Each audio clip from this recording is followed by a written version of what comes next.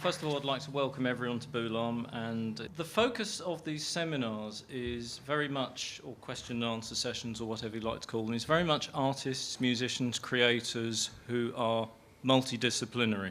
They're not just defined by their music, and one of the things which defines Bob is the fact that he's actually very, very hard to define. Saint Etienne might be his, I suppose, public-facing brand. The first record was recorded in January 1990, quite a long time ago now.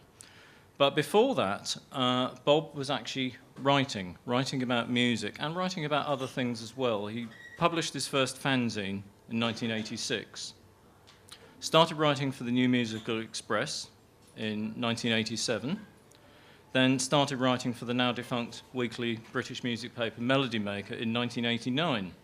But later this year, he's taking the words to a new level, and as Rob said, the entire history of pop music. His first book comes out. I think it's planned for October this year. Yeah. It's going to be published by Faber, and it's called Yeah, Yeah, Yeah, The Story of Modern Pop. Bob's going to actually read out some extracts from the book. This is a world premiere. No one's ever heard this stuff before. I've read odd bits of the book, so Norway and Scandinavia get something that no one else has ever had. It's about the KLF and rave, which is it's quite DIY as well, I suppose.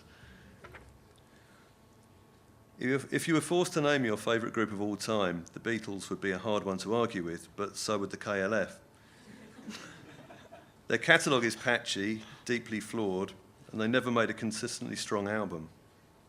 But they showered the crowd at an Oxfordshire rave with £1,000 worth of Scottish pound notes bearing the legend, "Children, we love you."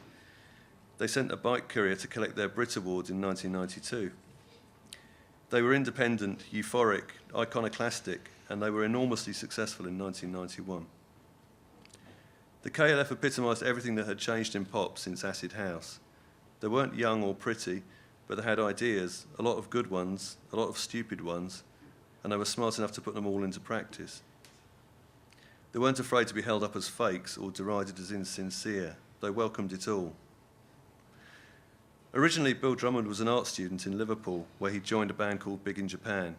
Staying in the city, he'd run the Zoo label and handled the affairs of Echo and the Bunnymen and the Teardrop Explodes. Primarily, he was a music fan. One day in the late 70s, he'd written to Seymour Stein, head of Sire Records, explaining how albums were bringing about the destruction of pop music, and that pop was always about singles. He told Stein that Sire had released two of the greatest records of the decade, Shake Some Action by the Flaming Groovies and Love Goes to a Building on Fire by Talking Heads, and that having created such perfection, neither group should have been allowed into a studio again. Both bands, he wrote, should have been forced to disband instantly. In 1990, The Face wrote that the KLF are corrupting a generation of pop kids brought up on Lucozade and Technotronic. It all happened very quickly for them.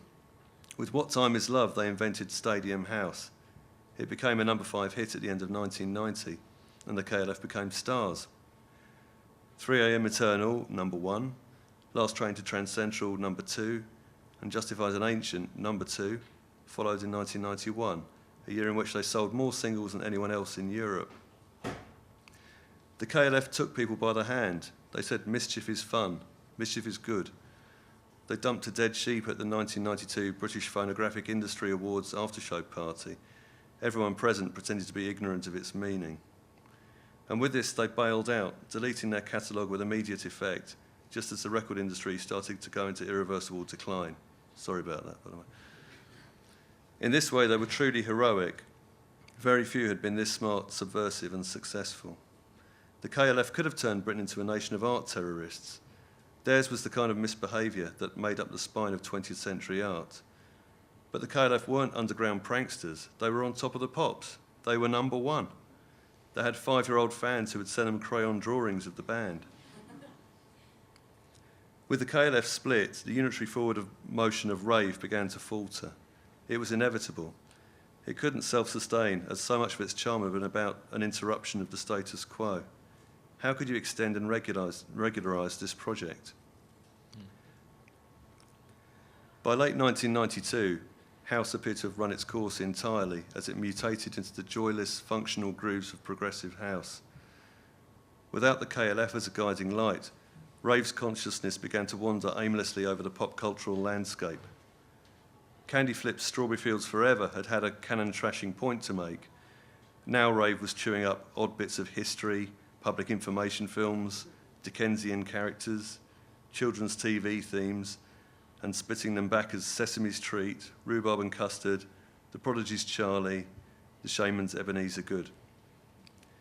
Climactically, Slipstream's We Are Raving, to the tune of Rod Stewart's Sailing, breached the top 20 over Christmas 1992. If Scooby-Doo had turned up on Top of the Pops with a dummy round his neck, nobody would have been surprised. That's that. Thank you.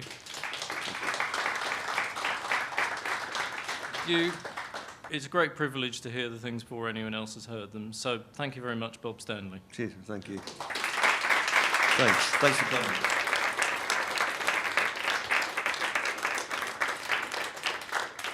And by the way, I know he's going to play that KLF favourite record by the Flaming Groovies later. So don't run away.